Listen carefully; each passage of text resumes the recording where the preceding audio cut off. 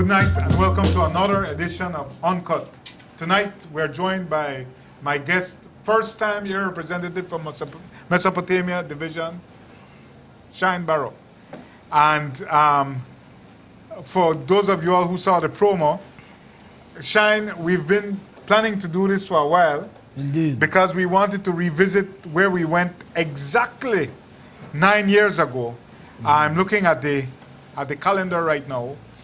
We did an interview, it's incredible, on Thursday, March 31st, 2012. Oh, it was exactly this. It was Thursday, yeah, because I'm looking at the calendar right now. Right. It started airing on Monday, April 2nd. Yeah.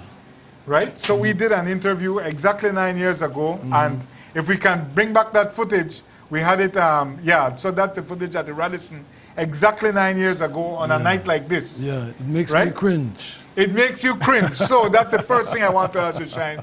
Where is that guy and who was that guy? He's an Orthodox Jew. The guy I see before me today is a normal, well-adjusted Belizean politician. Well, we can argue about the well-adjusted, but... Yeah.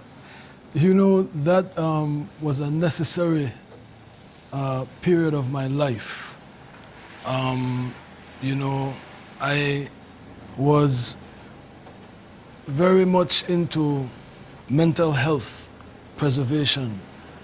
And after suffering for those 10 years while incarcerated for defending myself, defending my friends, the transition back to society was very delicate because I was a young man when I got into trouble with the law. I was 19, 20 years old. So I never wanted to make the mistakes that led to my trouble. And I wanted to ensure that all of the contrition, all of the repentance, all of the amends that I did during my incarceration was not a hoax, it wasn't bogus, because many people go through that and then they come out and they do the same thing over again. So I did not want to continue the same lifestyle that led to that unfortunate night 22 years ago. So it was important for me to stay in touch with my spirituality. I still practice its Passover right now. Right? I'm not eating any bread this week. Okay. You know, I still wrap my tefillin every day. I still light candles on the Sabbath. But I don't believe I need to be that guy at this time. At that period, it was necessary. I needed that type of extreme discipline and sacrifice to preserve my mental health and to keep my spiritual commitments intact. But how much of that was about trying to get back into the United States? Zero. You still, I don't believe that. No, zero. For real? Zero. For 10 years, I had been practicing orthodoxy. And so every year we would say next year in Jerusalem. And so when I came out, you know, L.A. Reid flew to Belize. Right. I signed a multi-million-dollar deal. And I had no intention of going that route of extremism. But when I went to Jerusalem for Rosh Hashanah, for the New Year, I was smitten by the extreme orthodoxy. But after my period there, what I realized is the pursuit of that surface of extremism and that surface of commitment to nobility is a farce. The truth is in how you treat other human beings when the lights are out, is in how you conduct yourself in interhuman relations. All of the orthodoxies of any religion mean nothing if you're not honest, if you're not generous, if you're not living by the virtues in real time. So then, that guy there was chasing after wind.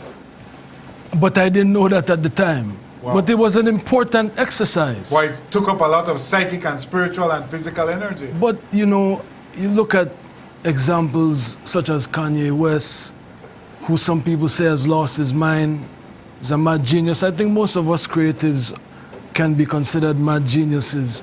But you have people that have suffered worse, that have committed suicide, Right. you know, got addicted to drugs, But I'm going to addicted to challenge you alcohol. and say you weren't a creative. You were a product of the bad boy machine. Well, I know you got two sent Grammy you, Awards. I got your I CV. sent you my I got the CV, brother. but I wrote all of the records that I performed on. Okay.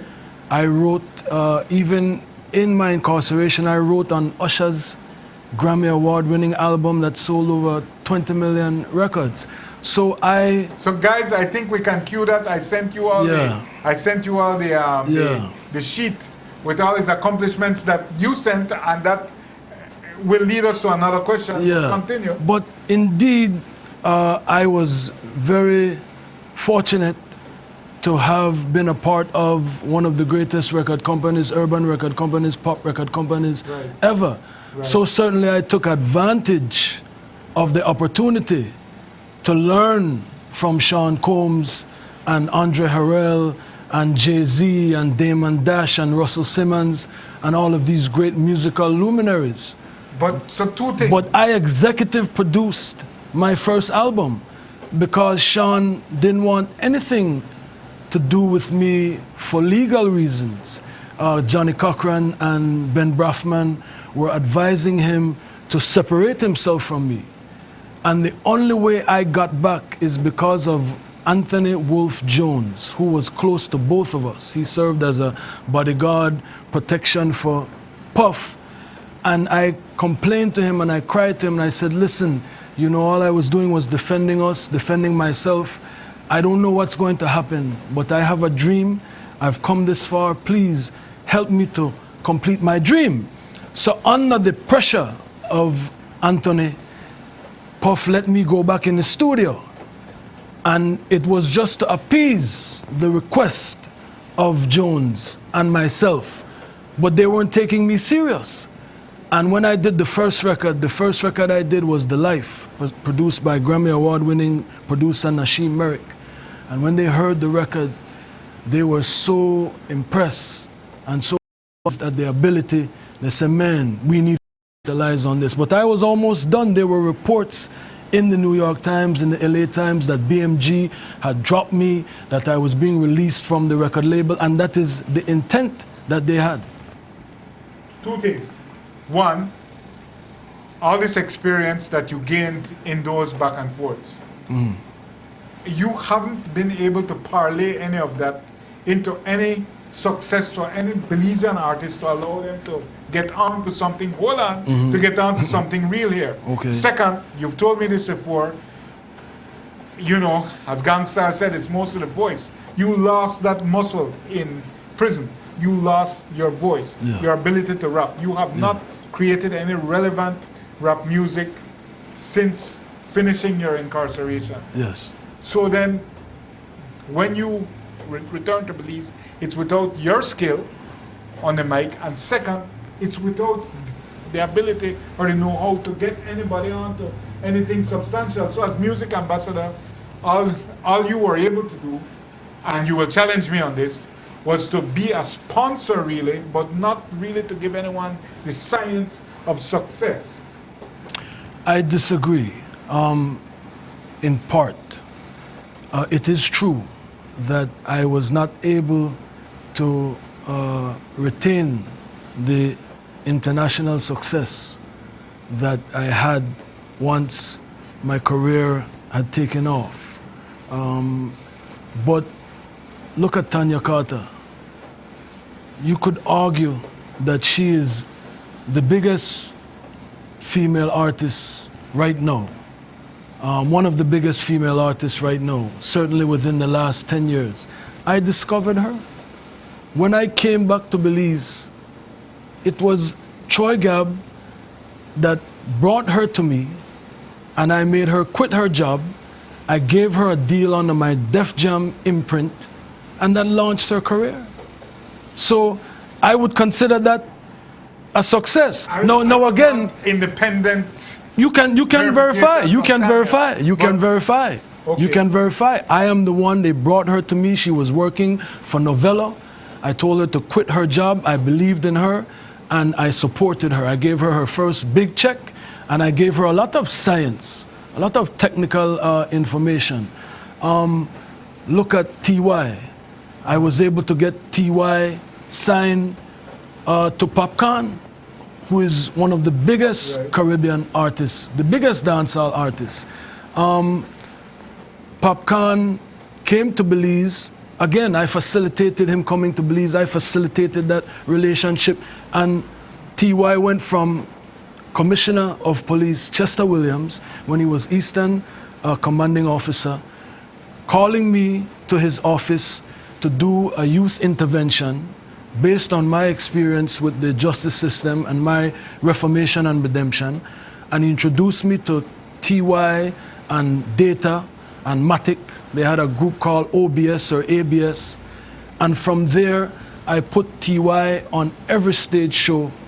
And TY, along with King Kosa, became the biggest artist. King Kosa, who is a platinum producing artist right now, a platinum producing producer, I'm sorry, and an artist, but he's been more successful as a producer.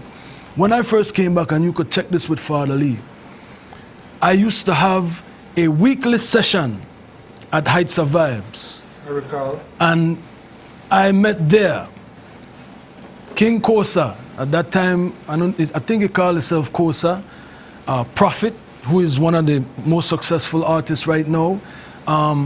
Big Bang, Duck Son, my good friend Duck right. Son. Yeah. Good friend indeed. Songs a little bit like you, who songs a little bit like Big, but But listen, when I heard Big Bang, I gave him brutally honest criticism. I told him, I said, listen, I love the voice, I love the energy, but your flow is off. Work on your flow. okay. And he went and he worked on his flow, and he put out some of the biggest hip-hop records, some of the biggest records, period. There was a point, I think, in 2018 where he had the biggest record Right. on the streets. Deja, a young lady who was in a group home. She's from PG. She was in a family home. She lost her mother. Her mother died, or her father died, and her mother was sick and couldn't take care of her, so she was forced into foster care. Same prophet from the whole league crowd, because they had a league crowd called Third World something, Okay.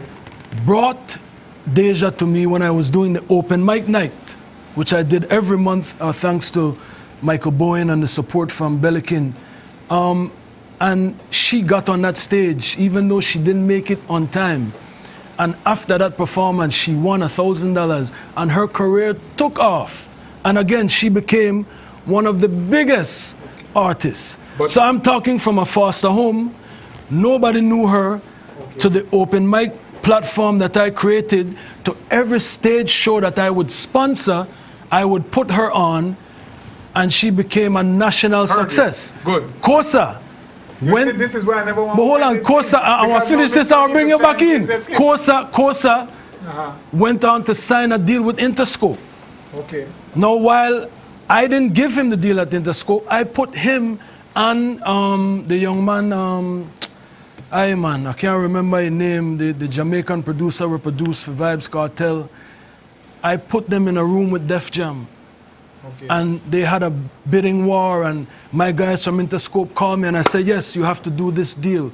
So Big Bang and Kosa have deals with Interscope. So I would beg to differ that I was not able to use my influence and my science to help these people get to that point. But the music business is a very difficult And business. that's the question I want to ask you. Is the distance too great in terms of if you were 18 when you got on? Let's see. Yes, 18. Well, if an 18-year-old Shine Barrow still living on Curacao Street in Belize has the same talent, same lyrics, same flow, everything that the Shine Barrow in Brooklyn had at that same time, you would never make it. The distance is too great. No matter who you met, you cannot bridge that gap. Yeah. Is that a reality that many Belizean artists have to face, that you can't get over from here to there unless your talent is stratospheric and the stars align in the best way possible? I agree in part. Distance is an issue, but distance is not our central issue. Our central issue, I'll use Jamaica as the example, that I aspire to get the Belizean music industry to where they are. The Jamaican music industry is a culminated effort of the highest in society and the lowest in society. And I say that, let me qualify that. Edna Manley was one of the greatest creatives in Jamaican history. And her son, Michael Manley, kept a lot of that. Good friends with Bob Marley. Edward Siaga was a music producer, Right. had his own record label, Harvard educated. So you had the two most powerful men fighting for power in Jamaica, both into the arts. So what happens is all of their friends that sit at the table have all the money, have all the resources. It's a collective effort to say, listen, we love music, we love the culture, let's invest in that. We have not had that. But In Belize, where those that are wealthy and have the resources, the disposable resources to invest in our artists, they don't believe in it, they don't see the future of the benefit to our land and our nation and our product. how much of that is a failure of the political power structure and the political directorate? The UDP is, or was, the most culturally retarded party. And I don't use the word retarded in that way, Yeah. but the UDP has never had a cultural thought. The UDP has never had a cultural thought. Yeah. The PUP Yeah. is a party that has Oh cultural yeah, Sir thoughts. Musa, you're a good friend, so I hope you're not to be biased. Not at all. I'm being And Ivan Duranda, another one of your good friends. Indeed. But I'm saying that if you look at the constitution of the niche board, Yeah, let's say, yeah. under the UDP, I mean, Philip Willoughby made up on the niche board. Yeah. Philip Willoughby's relation to culture is like my relation to slimness. Yeah, It's not a visiting relationship. yeah, I'm saying, now the niche board on a PUP to me is whack because it's full of elites. Yeah. It doesn't have anybody there who eats, who performs to eat. yeah. It have man who eat off of people's head. But maybe having the elites there is a good thing, because hopefully they will be like me and put their money where their mouth is, because that's what our artists need. Our artists need more me. What happened is I was the scapegoat. You The think music so? ambassador Shine, was you ran up a lot of debts in trying to help. is that how you ran The, it mu- up? of course. Nothing that you could I present think to a me, lot of it, my nothing that you could experience, present to me was done for me. but my experience is that a lot of it was run up in very careless spending and No, no, management. I disagree. Mismanagement of events. I disagree. Absolutely not. Absolutely not. Shine, but you became order a to- promoter and you are not a promoter. You just said you're no, a creative. no, I'm not a promoter. But you became a No, promoter no, and you ran up a lot of I debts. financed the promoters, and I had some scurvy promoters who But of course, and I take advantage of you because who took that's not advantage your of me, game. who took advantage Right. of me, and me not wanting any scandal and wanting any noise, allowed it to be, only to get bitten later on. But I don't have any regrets. I financed what I saw as great talents, and I tried to create a platform for them to get recognized, because when you have something like Music Week and Popcorn comes in and performs, that brings attention, not just to the country, but to the artists and people, and say, yo, Popcorn did a Belize, maybe I could take a trip to Belize, or these are the artists that are performing, and you never know what opportunities will happen. Do you agree or do you accept that the UDP was not in its cultural thinking was not a progressive party? I cannot, I don't have enough data. I'll go and research that. Who has more data than you, Shine? I haven't studied that. I know they had You- Titiman Flores as cultural ambassador. You can argue that they weren't as into it as Yasser Musa and the PUP, who created niche for the Right. purpose of that. But I think they did fairly well continuing that groundbreaking effort by the PUP. We'll take a quick break. That was the last talk about music. When we come back, we'll talk hardcore politics. Why is the UDP so unpopular in 2021? And will they ever win an election again? And more importantly, can Shine hold on to the narrow 53% margin that he established in the Mesopotamia constituency in the last election? Tuned when we come back.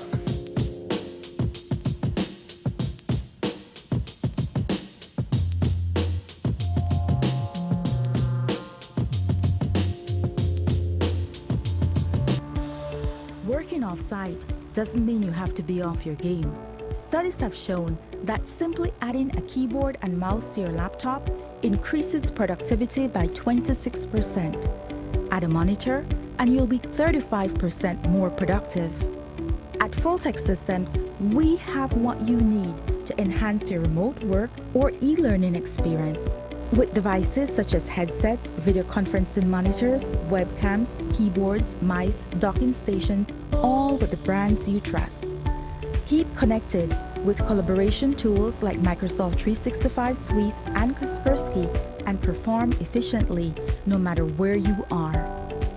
Fulltech Systems, your technology center, where you'll come for the price, but stay for the service.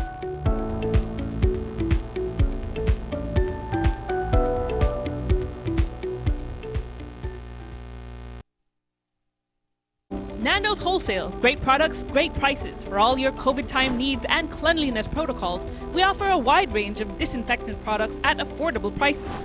These include Weiss disinfectant sprays in a variety of fragrances and sizes, Bittel and Breeze antibacterial wipes, Amaray and Breeze hand sanitizer in convenient spray cans. All these are available in commercial sizes or restaurant packaging. Nando's products are available at retailers countrywide or contact us at 222-5000. From Corozal to Toledo, Nando's is proud to be serving Belize as its #1 wholesale distributor for over 35 years.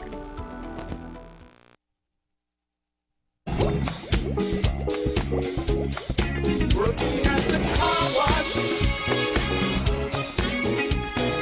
Car wash, yeah. Car wash. Car wash, yeah.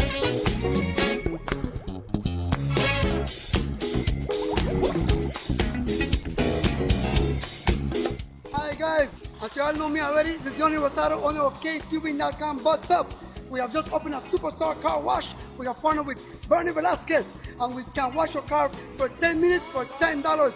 Starting price on the outside of $10, but we cannot go wrong because we'll fix you up, we'll clean you up, we'll make you look like brand new for only 10 minutes.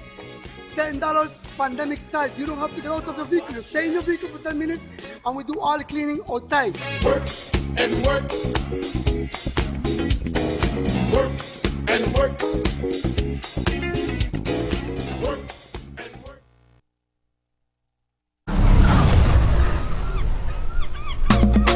Army mateys, are you thirsty? Ahoy, Captain! Yo, pirates! We sail to mainland in search of a bar. Our thirsty pirates we are, looking for rum or barley wine of the best brew we could never find. Caribbean International Brewery Company Limited invites you to find our hidden treasures. Look under the cover of any of our products. H2O drinking water, My Cola soft drink, and Pirate beer for a chance to win any of these fabulous prizes. Free water, free soft drink, free beer, t-shirts, fans, bicycles, motorcycles, and an Isuzu pickup truck. Uncover to discover with Caribbean International Brewery Company Limited. No restrictions apply.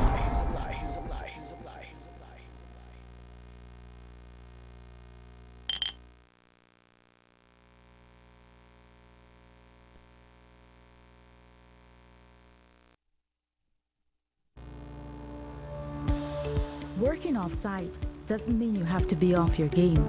Studies have shown that simply adding a keyboard and mouse to your laptop increases productivity by 26%. Add a monitor, and you'll be 35% more productive. At Fulltech Systems, we have what you need to enhance your remote work or e-learning experience. With devices such as headsets, video conferencing monitors, webcams, keyboards, mice, docking stations, all with the brands you trust. Keep connected with collaboration tools like Microsoft 365 Suite and Kaspersky and perform efficiently no matter where you are. Fulltech Systems, your technology center, where you'll come for the price, but stay for the service.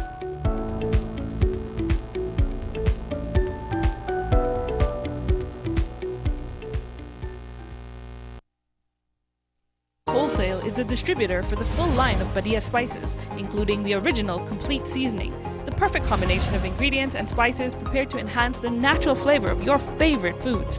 Also, cinnamon powder for all your desserts, fruits, and beverages, and as special dishes. All these are available in commercial sizes or restaurant packaging. Nando's products are available at your local retailer or contact us at 222-5000. From Corozal to Toledo, Nando's is proud to be serving Belize as its #1 wholesale distributor for over 35 years.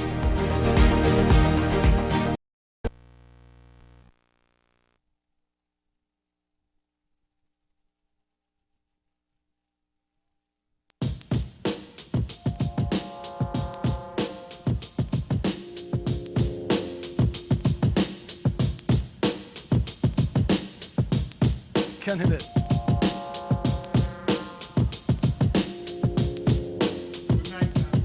Welcome back to Uncut. We had the musical section of our show and we could have continued, but we now want to talk pure politics with Shine Barrow. Shine, the first question is, in Mesop, I will argue that in Mesop in November 2020, what you won on was basically Michael Finnegan's fumes. The margin of victory went down from 76% that Mr. Finnegan had won with in 2015 to a mere 53%, unthinkable in that division since 1998, had they not had such a small margin there. When Finnegan ran. When Finnegan ran. All right. Right. When there was a blue tsunami. There was a blue tsunami. Okay. But here we are, your first run. The margin dropped from 76% to 53%. As it did in 1998 when Finnegan ran in the tsunami. 76. In 93, he never get 76%. He was a new candidate. Like myself. Yes, but All hold right. on, man. Yeah. I am telling you that at 53%, Yeah. you're barely holding on. Yeah. And I'm saying that you won't hold on because if the PUP bring a good, well-financed candidate, nobody want to hear from the UDP right now. You're going Yeah. to lose support. Why is this? Because of your nature. Yeah. You rub people wrong, man. Yeah. Well, I don't agree with your statistics, and the numbers don't lie. Okay. In 1998, when there was a blue tsunami, Finnegan only won by 200 votes, and so my numbers of 160 are consistent against a formidable candidate. Nobody can take anything away. I am not like my opponent. I will give her her credit. She ran a serious Are campaign. you seriously saying that? Everybody knows she wasn't working on the ground. No. She was registering people. working on the ground, and what happened is We're talking about Dr. Candy Smith. yes, she had the support of my cousin, my good friend, the member from Lake Independence, and they did a number on me during re-registration where all the people I thought that I was transferring and re-registering were all PUPs that they put into the division. But she ran a strong campaign, she was well financed, and as I said, she had the support of one of the most powerful politicians in modern day politics, which is Cordell Hyde, and she still lost. This is the best review I've ever heard of Dr. Candy Smith as a politician. Well, it was hard No to one tell. has- It was hard to No, I tell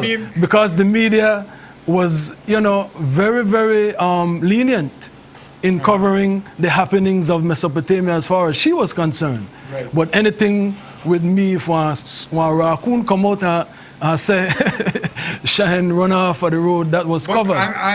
But to that's answer the a thing, question sir. about me rubbing people the wrong You way, do.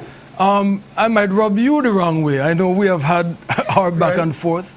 And you know, I don't necessarily agree that I rub people the wrong way. I think You don't think that you're a quarrelsome person? No, I think what has happened to me is I've been a victim of You're a victim. my last name. Really? I've been a tell me victim, about that. A victim of your last name. yeah, Shine, you were music yes. ambassador because you're the prime minister's No, I son? was music ambassador because I sold over 40 million records. You have to accept that. I don't think you sold over Just 40 like, million no, records. well, we can do a fact check and you can Yes. come back and.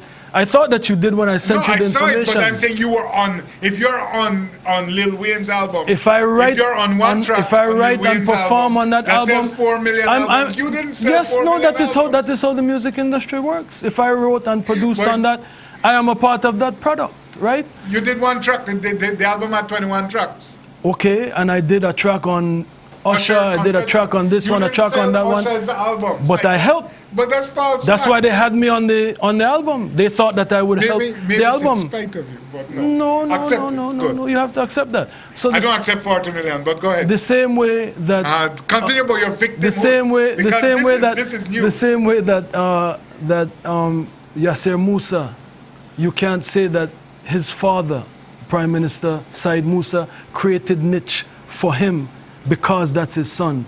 You can argue that he created niche because Said Musa was a lover. Said Musa was a lover of the arts. His son was a lover of the arts, and so who better to run that institution than someone as qualified as Yasser Musa? I don't get that credit.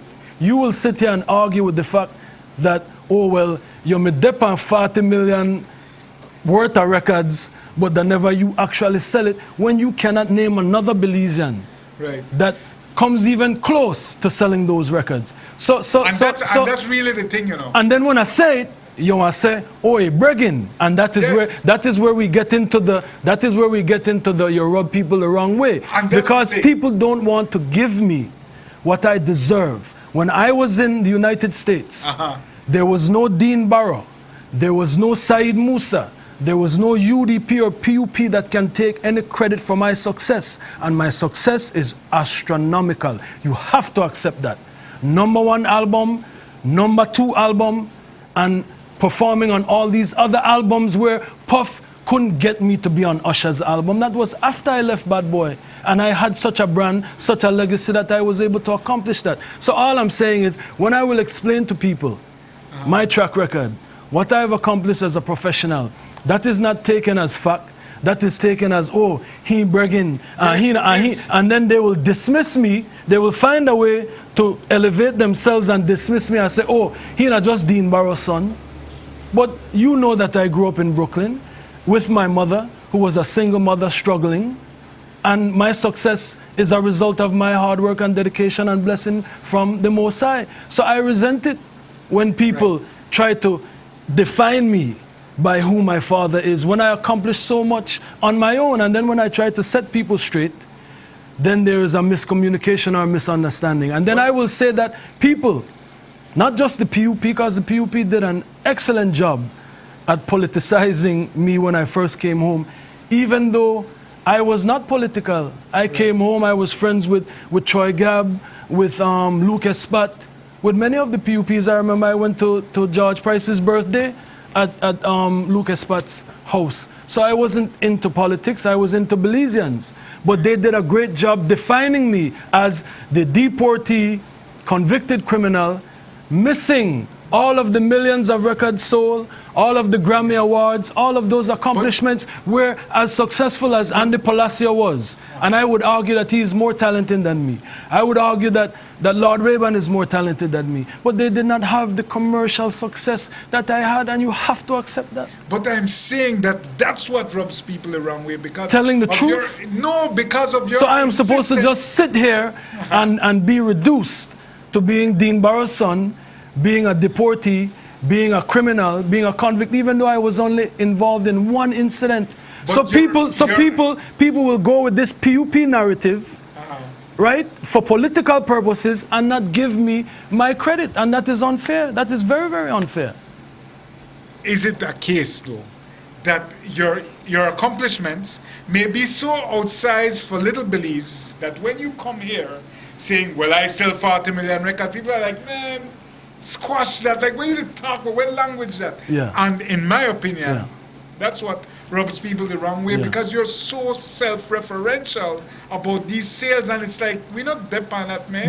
We depend on something else. What we are on is a culture of bullying, a culture of putting people down, a culture of, being divided. We are on a colonialist culture and mindset. That's what we're on. So what we have is the mindset of, you can't make it off of the plantation. You not to be successful. You not to have that success where you have. We don't want to hear about your 40 million records. So they have to find a way to bring me down to size, which is to say, you don't a deportee, you don't a convict, you don't just Dean Barrow's son, a product of nepotism. And I resent that, because that is the furthest thing from the truth. And my numbers tell the tale.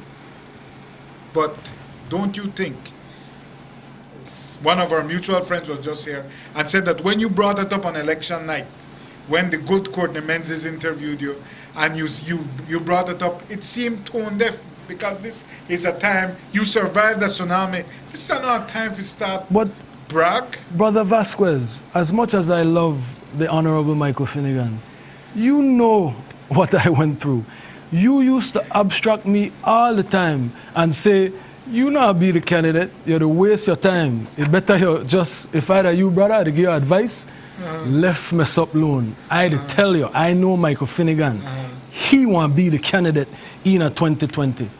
I said it many times. All right, so you know it wasn't a cakewalk for me. You know that I never like Finnegan prepared a bed for me to lie in. I would be dishonest to say that I did not benefit from Mesopotamia being the stronghold that it was. But I could have messed that up. Many other people, many other people who were in strongholds lost their strongholds, and they had more money than me, and they were the actual candidates running in the stronghold. In my instance, the people were not voting for Michael Finnegan. The people were voting for Shine Barrow, and they were deciding between Candice Pitts and Shine Barrow. The person they call a deportee, the person they call a convict, the person they call a benefactor of nepotism, Dean Barrow's son, who we have demonized and who we hate and we want to get rid of the UDP. So if the UDP was in such a shattered state as you claim, and me, of all people who rubbed so much people the wrong way, I was able to make it through the tsunami, you have to give me some credit for that. Well, I don't, but if you say I have to, I will. To move on to the next subject. The next subject is, and this is very simple. Who takes the place? The two best orators in the House of Representatives in the 25 years I've been covering it are Dean Barrow and Michael Finnegan. Syed Musa is probably in between them. But all three of those guys are gone. Yeah. In terms of the best man who is spar in a house. The UDP has an incredibly lackluster lineup. I will talk about the PUP right now, because then I'm nothing special. Yeah. Absolute mediocrity, or from an oratorical perspective. Yeah. But do you see that you are the only person who could step up and bring a little flavor on the UDP side, because the UDP... Are you saying that? Oratorically... Are you asking me that, or are you saying that? In the land of the blind, the one-eyed is king. Yeah. The UDP oratorically is a flat line. Do you see that you can step into the void left by your uncle and your father as the oratorical masters of the House? I see that I will go to the House of Representatives and I will advocate for the people of Mesopotamia for social assistance. But you're a lightning rod. In the last House meeting, Julius Espat crossed the line. It had to be stricken very from the record. Disgraceful. He called you a jailbird. Very disgraceful behavior. And you repeating that is not helpful. No, I'm just saying. That is very shameful behavior and unparliamentary. And I'll tell you this, my mistake, I have owned.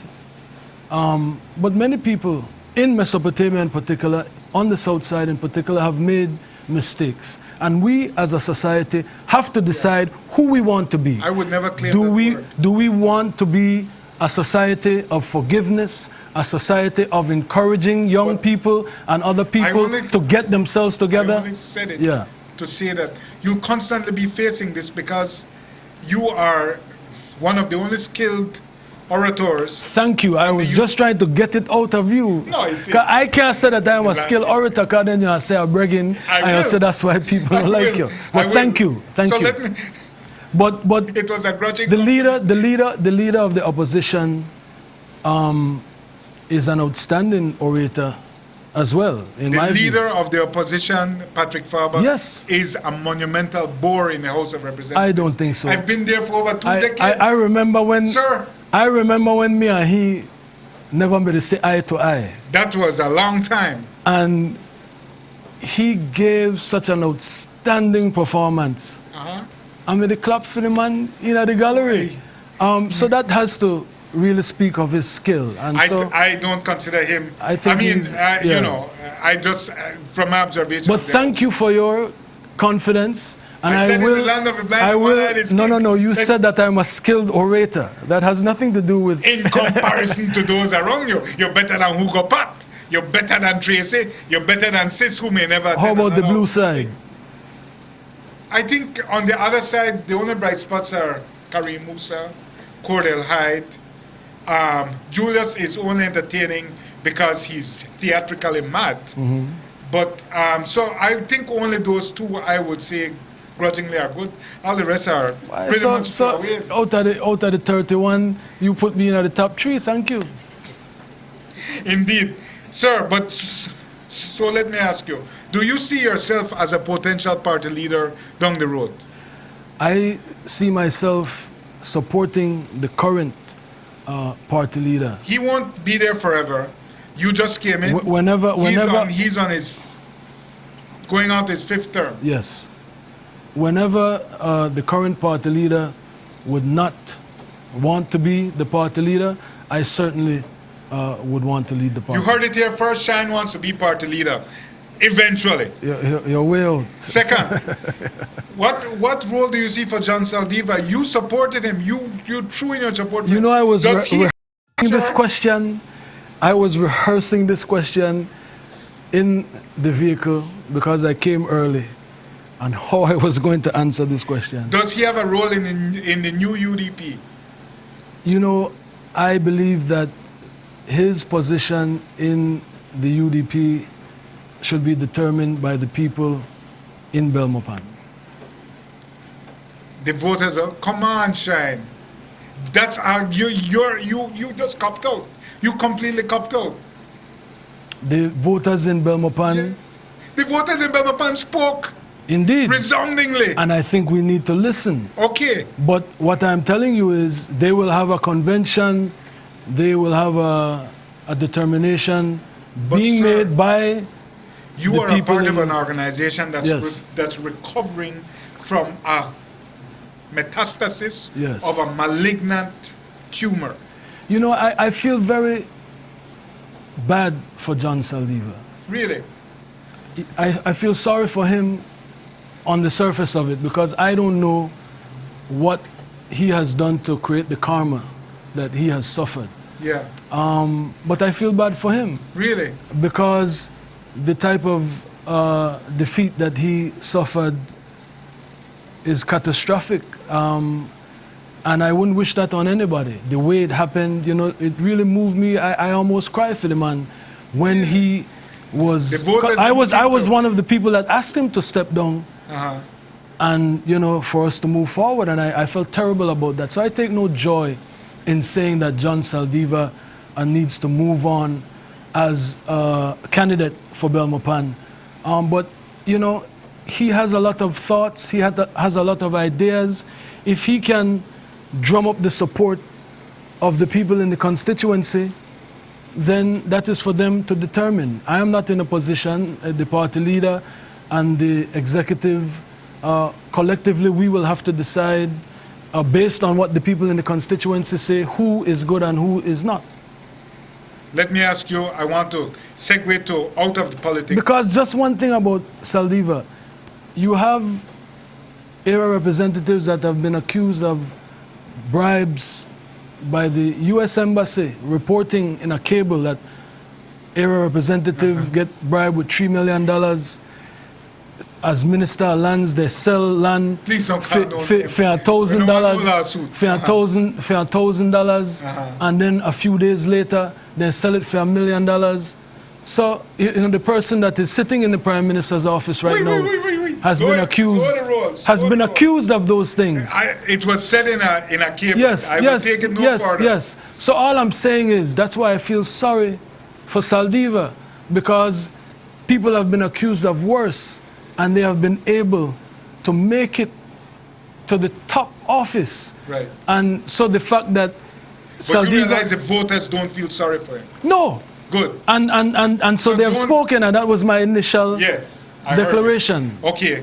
I want to talk about vaccines for artists. Yes. You made a statement on that. And it all goes to the value of the artist and how much society values the artist. Is this an area of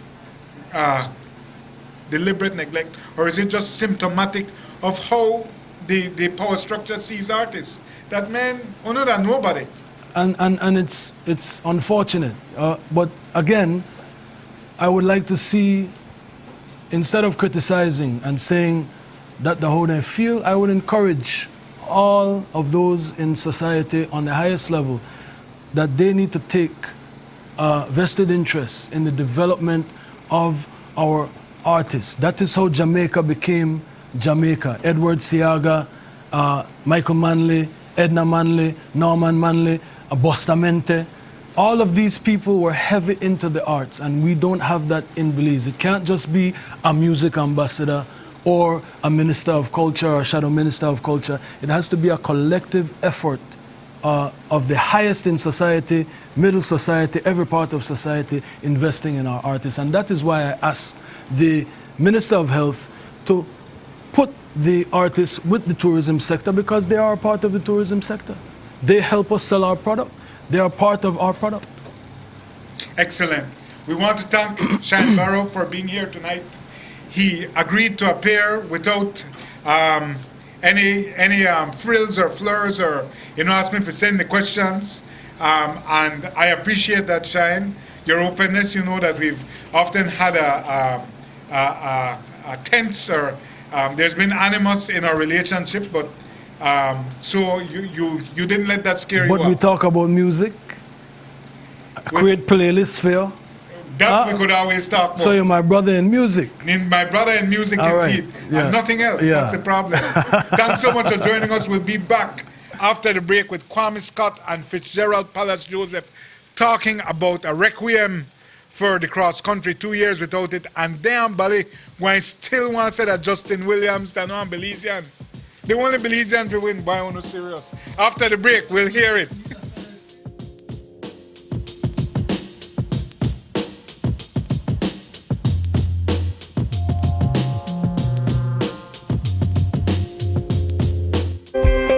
Belizean fishers have been petitioning for a gillnet ban since the 90s.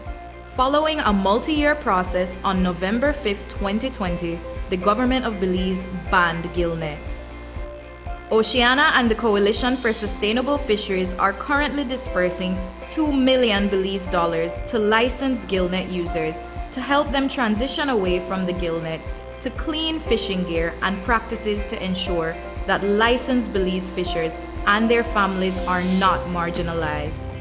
Here's how it's going so far. This money had been 100% useful for me. My family, I have my Kamala wife with 3 kids, put food on the table. I bought a 31-footer boat to do deep water fishing. I started to build some lobster traps. Plus, I had boats and everything already. I rebuilt my camp and I used part of it for reconstruction, some lobster traps and fish traps. Gillnet should be out completely.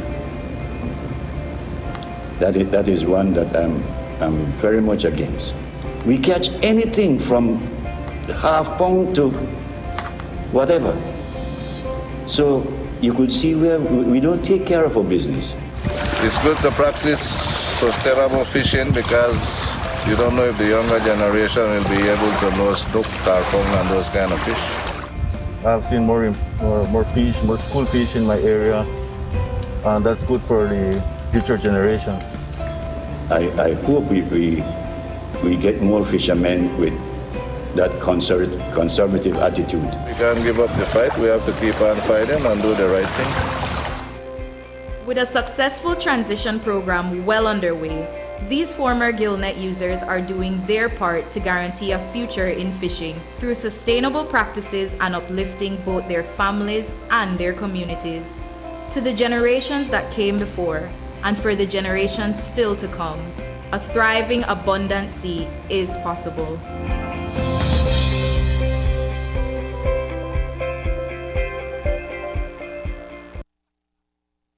Wholesale is the distributor for the full line of Badia spices, including the original complete seasoning, the perfect combination of ingredients and spices prepared to enhance the natural flavor of your favorite foods. Also, cinnamon powder for all your desserts, fruits, and beverages, and as special dishes. All these are available in commercial sizes or restaurant packaging.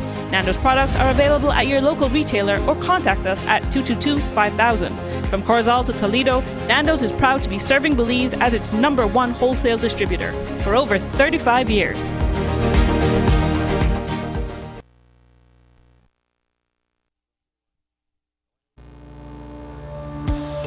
Working off-site doesn't mean you have to be off your game.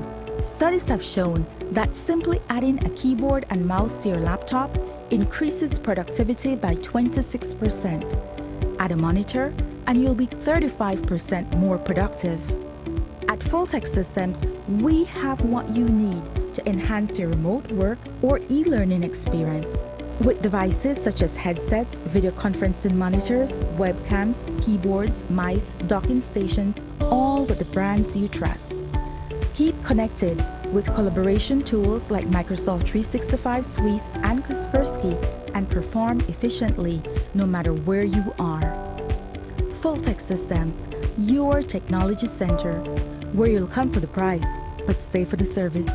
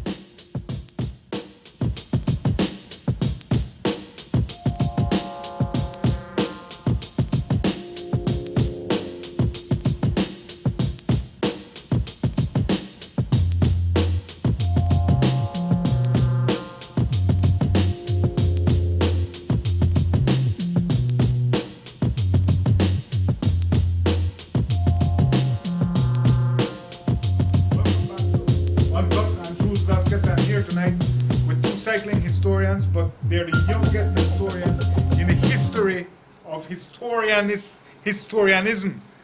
We're joined by Fitzgerald, Palace Joseph, and Kwame Unity Scott.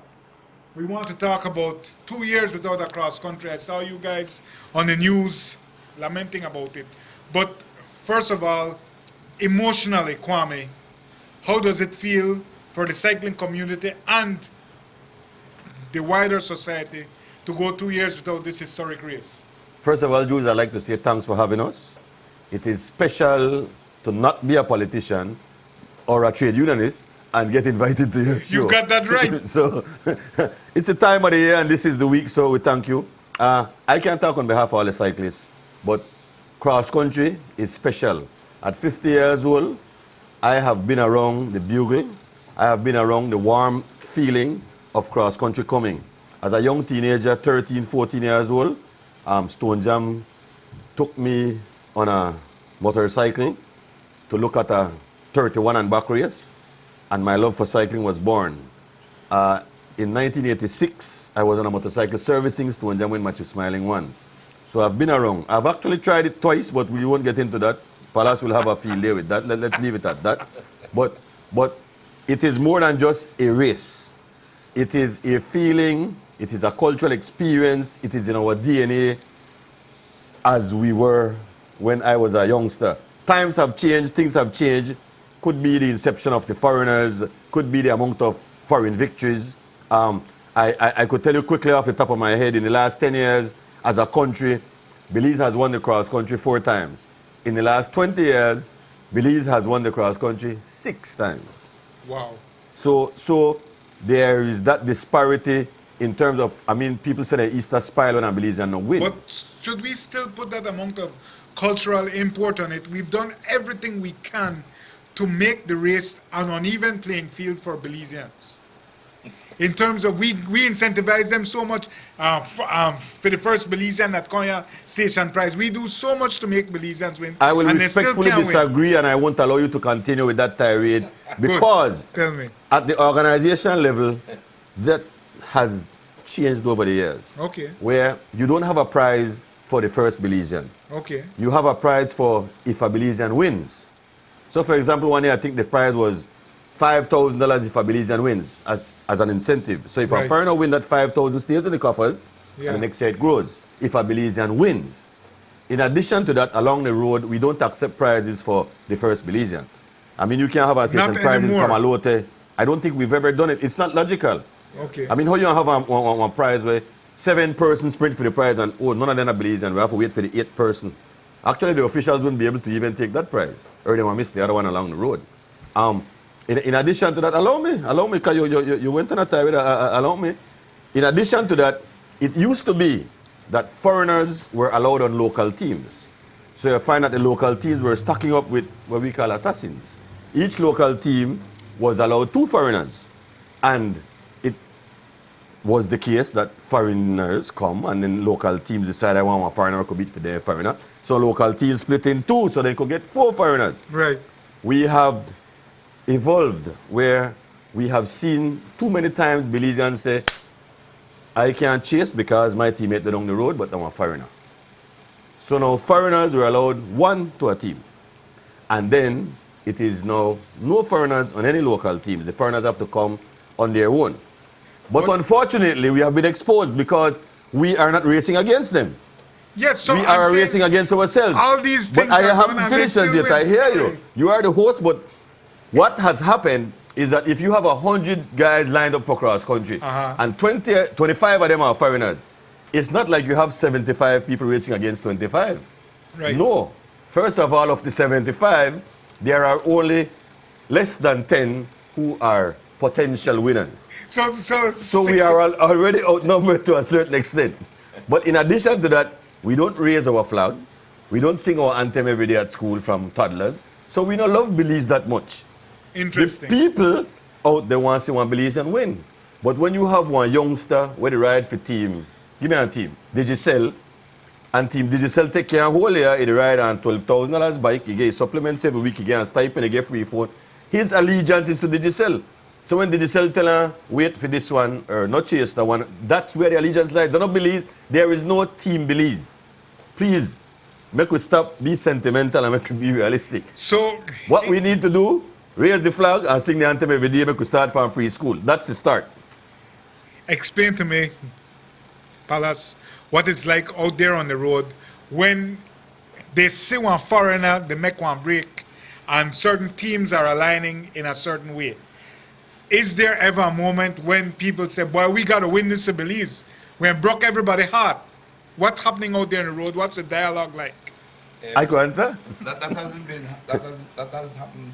I could tell you what happened at that time. They say, excuse me, Paula, I'll make you answer, no, but I have to tell you, a lot of time they say, he could win, but you don't want to beat me. Is that for real, Palace? Well, we haven't ridden together as a country, and rightly so.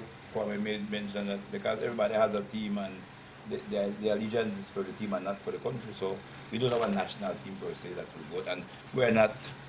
Back in my days, back in the 80s, 90s, we could have come together from different teams and look at that foreigner and work together to beat him. But so what changed? I really don't know what changed. You think the culture of the teams got stronger than the culture of the country, the corporate culture of the team? It could have been. It could have been the corporate. That might be the and we don't love our country enough that we are willing to sacrifice. Because that's what it. But listen, Palace had the perfect breakdown explaining that teams have meetings on Good Friday. And they strategize, say what you want to do. You want to be the one to go back to get the water, you want to take care of the race leader, make sure that you don't have no flutter, you get your wheel or whatever. Race morning, you kiss your girlfriend and you say, I'm going to try to win it for your babes. Or I'll win 2 prizes. Then while you ride going at the starting line, 2 man holler for you. We had to wait for hear your name. You forget about your assignment, You forget about your sacrificial assignment as a team because you just want to get the best performance out of yourself. You want to get your name heard. And it's like a basketball team. You don't have 5 guys to try to score. The big man pull the rebound, set the pick. You understand what next one to get the assist. And 1 man score. When everybody wants to score, what do you do? To bring it home. We haven't come to that place in our lives where we come together as one. That hasn't been. So perhaps we are too limited in how we see this race. It's ridiculous to compare the Tour de France, but if one looks at the Tour de France, the last time a Frenchman won it was 93. Exactly. 83. Yeah. Name? Fignon.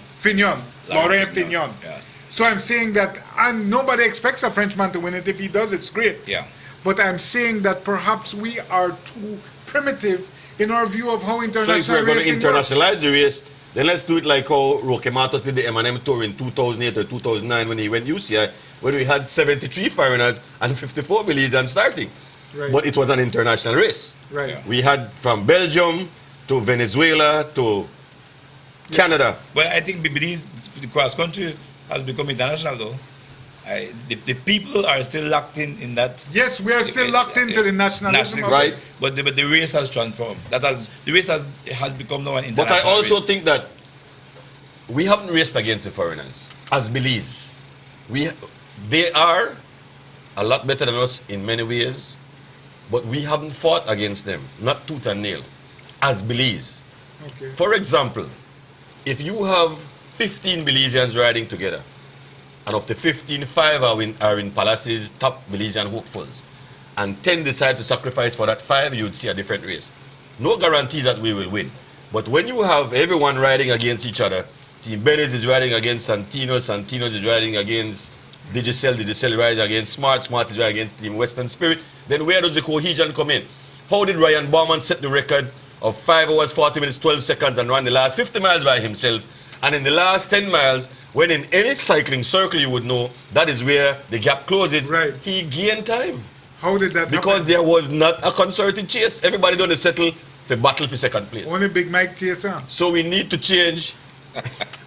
so we need to change the thinking of our riders, and we have to start to raise the flag and sing our anthem more regularly. So If we love we want Belize, to- so we're willing to sacrifice But for those, Belize. we must say though that the management of cycling, which is CFB, hasn't helped in that. Though. They haven't helped in that because while we are not singing anthem like Kwame is saying, and while we are not preparing ourselves for the cross country, the federation, which is the body that governs cycling Belize, would bring all the top foreigners for you to compete against. So if they stack the board too high for you, the results will be the same each year. Now, in all this, the only Belizean champion we have, Justin Williams, 2015 and 2018, he won it for Belize. That's the last two, I think, yeah. Incredibly, the Cycling Federation has now taken a position that Justin is no longer a Belizean rider. What they have? I saw the emails they sent out. It was a long list of emails showing why he should never have been accepted, even though they accepted him as a Belizean rider. And you know the beef. The beef is so deep. I'm saying that here is this international rider. Let me just mention the logic. As I understand it, Justin and his brother, they have Belizean passports. They are of Belizean parentage. Justin and Corey. They have Belizean parentage. Right. However, cycling is unique in that your registration for cycling with your federation allows you to declare your nationality. They have never declared as Belize. So although they are Belizeans and they win the Belizean prize and whatever, then they are not even allowed to go and represent Belize. But they do this because they ride internationally. Yeah, I don't think they should. There are also many cases I don't think they should where you have riders from Trinidad, give up my... rides and lives in the US, but he registers as TRI. That's his choice. It's a choice. No, I'll be honest with you. I don't think Justin they need to register as Belizeans and be Belizeans right now at the level of their career.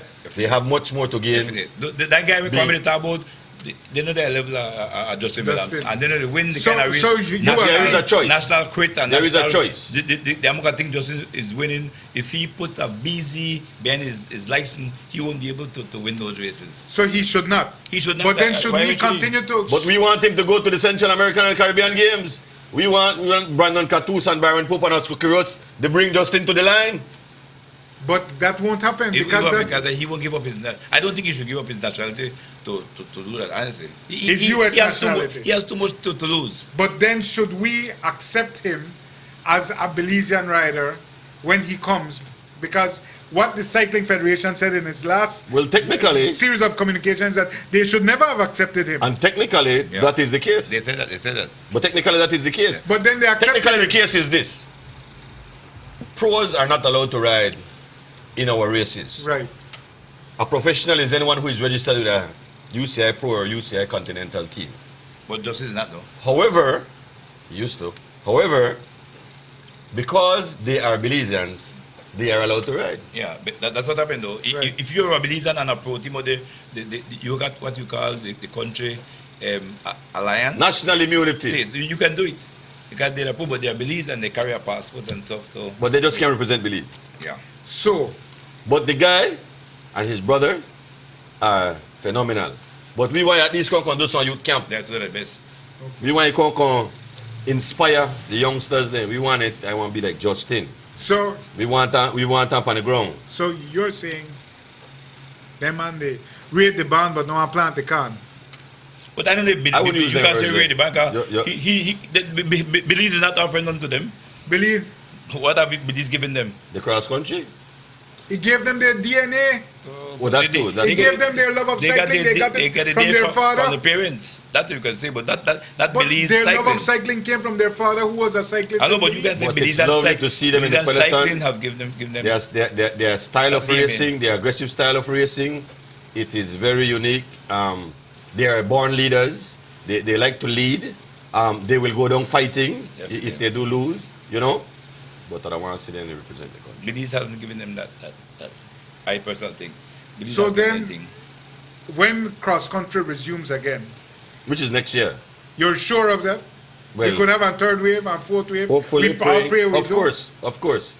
But has cycling been unfairly discriminated against, or do you feel that all sports are suffering equally? I feel like they are suffering. I don't know if equally. Equally is a very powerful word to use here, but I don't think that they've been treated unfairly. Not with all that has been going on. But we've heard complaints from the local cyclist. Giovanni said it in your story, Giovanni Lovell, that he feels other countries are starting up. You put people in the bubble, etc. There are ways Yeah. of managing this, Yeah, there's and ways. there's no effort to do it in It boils village. down to economics. And I'm not here representing the federation, so I can't answer for them. Well, I don't know, it's But there are ways economics. how you can put protocols in place that comes at a cost that you can actually try to do racing in a Yeah, bubble. yeah, you can start to do races in Belize. Other countries are doing it. We can have. I believe we are getting there. You are doing before the races. You wear masks first of all. You do the temperature check, and after the race you do masks. And I think you have to show up with a. I think you need to show up with a negative test also. Not all countries. Well, some of them. That's what I'm saying. Some of them do I that. don't think if you can't afford it, Belize cannot afford to test each rider, officials, servicemen before a classic. So that's a dead. I think if the government were interested, they They- bought they- I don't- $2 million worth of tests the other day. I think they could run some tests there. Well, it wouldn't be only testing because the government normally also assists with the prizes. We need some vaccines from the government of Belize. So you're saying that cyclists should get vaccines? Yeah, I think we should. I'm a cycling ambassador in Belize, and I will Self-appointed and self-paid. But he doesn't want to go in the administration. But I will advocate to the government that we need some vaccines. But why you all are not basketball or football players obviously need it the most? Yeah, I'm saying I'm a cycling ambassador. You'll have to bring football and basketball in that. Let's talk about the mental state of cyclists. I cannot imagine being a young athlete and having your prime stolen away from you by COVID. When you heard Oscar Quiroz' interview, It's devastating. he said he actually cried. Yeah. Yes. Byron Pope says he has never been to jail, Many cyclists. but he think he knows what it feels like. Yeah, He said he rode his home trainer all different angles of his house and veranda and yard, trying to imagine he was on the road. Yeah.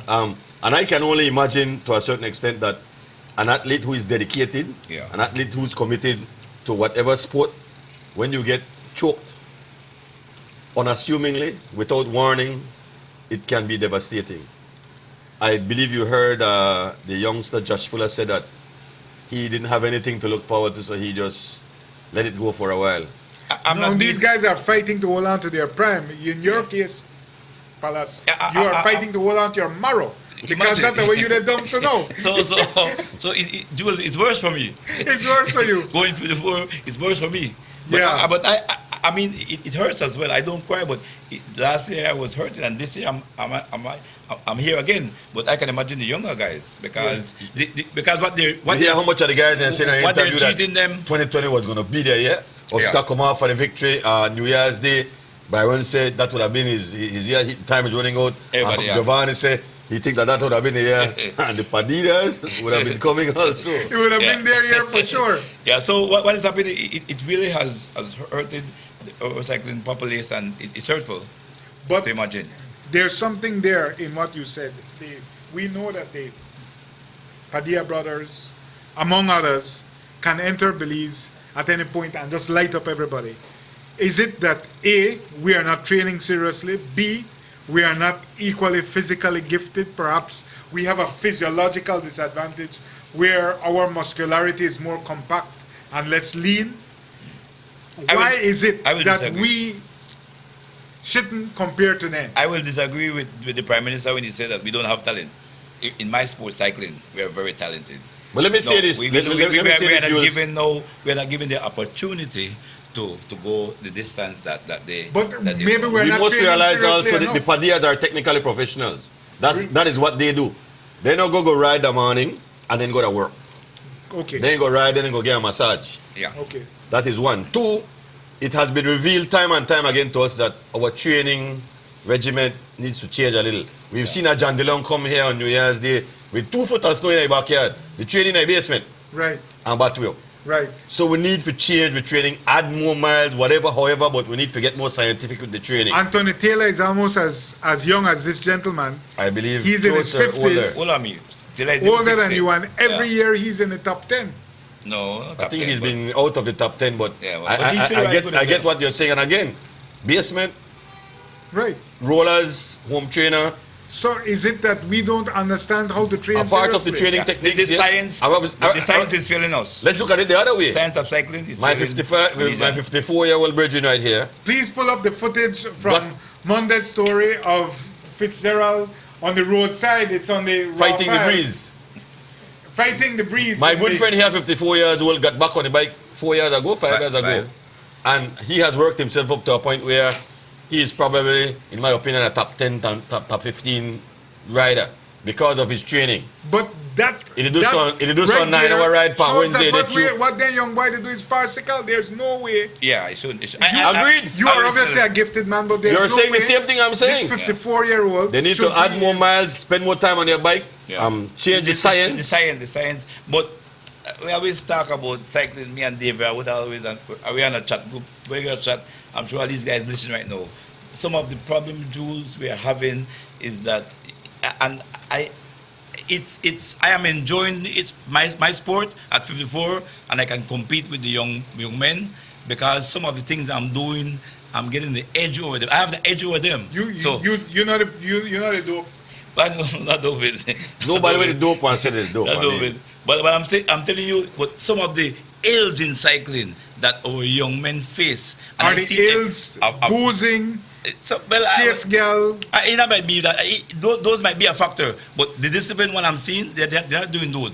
But what I found is that they don't wake up to a great harvest at home. I mean, I'm talking about a proper meal, diet and stuff. And so when you people say, Kwame said, go out and do 9 hours, I do that. But when I come home, there's something for me to eat and I can do something. But I've seen our young riders, they're talented, but sometimes they don't have what it takes for them to go on. So cycling is a very hard sport and it's an expensive sport. Or Donis always said, poor men shouldn't be riding. And a lot of them, they should be racing at the highest level. So I don't trash them like that to the fact because I've been around them and I've seen them not having that proper dietary, not having to prepare themselves for a cross country. It's hard. It's difficult. Some of the greatest cyclists in the world are from South America or Colombian, and there we have the footage of Fitzgerald Joseph. That's what he does before he go ride. That's tomorrow morning. Tomorrow morning, that's going to be. That's on Thursday. That's on Thursday. That's warm. Right. I'm older. At this age, I've warm quicker. At this age, it's very necessary. Just on Popico, warm up 10 minutes and good. I cannot do that. But I'm saying that some of the most gifted riders in the world are Colombian riders. They're small, petite men. They live and train at altitude. Yep. So they're acclimatized. Most of the greatest cyclists are lean and mean in and that's my question. Yeah. Is it that physiologically we do not, I don't think we look anything like the European riders, right, who are just then a maga man. Yeah, they got right? We are not physiologically, is it that Caribbean riders maybe, or riders from this part of the world who are more compact and their muscularity is not as lean, have a natural disadvantage? Could be. But at the same time, the Guatemalans are at the same time as well. At the same time, Brother Jules, if we raise the flag and sing the anthem more, then we could pool our energies together. To get one result. If we don't pull cross country together, we won't be able to beat the Padilla brothers and those Guatemalans. So in 2022, we should expect more of the same unless we reverse the ruling and embrace Quite possibly. Or if we change the mindset of the riders. Yeah, we are trying to, I'm trying to change the mindset of the young riders as well for us to come together and maybe start to train smarter. If we can get them to train smarter, we can get more out of them. The way the Guatemalans and then if we can get the teams to come together, we can do. Okay, they can beat us, Jules, but they shouldn't be beating us in the manner that they're beating us. That's my point. So if I can get them together and we can come together, we finally agree on something. Josh and those guys, we have a core of Brandon Catus, a core of the older riders, trying to come together and try to get them to train better and prepare themselves. And then when the race starts, you have to race together. Yeah, they never beat you like that. When I break down the road and you have 4 or 5 teams when I have no representation in the break, 4 or 5 teams set up 2 money to the front like we see in the Tour de France or whatever. Because we watch the race and we enjoy going to land on. Yeah. That's supposed to happen without one caller or one command. The general out there, the captain, bop, and that is where we're lacking. But Jules, it's hard to do that, like we come saying, because I keep with that theory. At least we could try. It's hard to do that, Jules, until you left phone, your girlfriend tell you, and you wait for you, we're no man, and I tell you, why no team no? Go now, try win this race. That guy through the door. You forget about your team. That done right there. So you no one chase too bad again. Hope springs eternal. And then after the race, some man boasts about how much top 10 they got. How much 8th place finish, how much 7th place finish, or how much 3rd place finish they got. And that is It's the hard. achievement, and I'm happy. Final thoughts from you, gentlemen, as we, what will you be doing on Holy Saturday? I hope that I would be able to be somewhere with my toes in the sun. Sound like one not one come in, so maybe the sun might not be out. But yes, I will be looking at your features on Holy Saturday that you will be showing. Right? 4 hours and 50 minutes of it. Probably will be hearing my voice also. Indeed. It's in our DNA. Holy Saturday, for the last 33 years, I've been a part of the race in some shape, way, or form. As a cyclist, as a media, as a road official, been a part of it. It's hard to not think about it at least. You know, and then you have your diaspora people where they call and they check in and they text and you know, because they tune in for early, you know. Of course. And then you have all these past champions, and so we still try to get to Ali, you know, like Virgin Kenny Khalidi, no miss a beat, you know. Wow. It's a spirit. It's a spirit. I mean, I see Barrington, the bomber young on the road now. COVID bring them back out to get bike. Barrington, the They bomber. have to be bombers and win Saturday. What will you be on Saturday, Palace? I think I'm doing a ride. I'm doing a ride. And please tell Chester don't harass us. We're not doing no race and we're not doing no big pack. But I think a few of us still want to go to Cairo. We might not come back, but we want to go see that park again. So a few of us still going one way to Cairo. Some guys are thinking about doing both ways. I'm not sure if I want to wish them all the best. I'm prepared to do two-way, but we're thinking about doing two-way. You know they another one. No. I like to But I'm wishing them all the best. You know? I like to ask Jules on behalf of my cycling people. They ask the government, the Minister of Health, the Minister of Sports, if they can do something for cycling. We are getting prepared. Also, there are a lot of games coming up in 2022, and I think basically and we realize that COVID is here with us, but COVID is also here to stay. We don't know when it will go in. We have been training. So where you want to go? We have been going out there. No cyclists have tested positive for COVID. So what you want the government to do? I figured they could release something for it. We could release one thing where make it start back slow. And make it do Release and vaccine. Well, the vaccine, I don't beg ready for vaccine for us. But I'm saying that in addition to that, I believe how long will they take? You mean you want them to allow you to race? Yes, how long will we stay like this?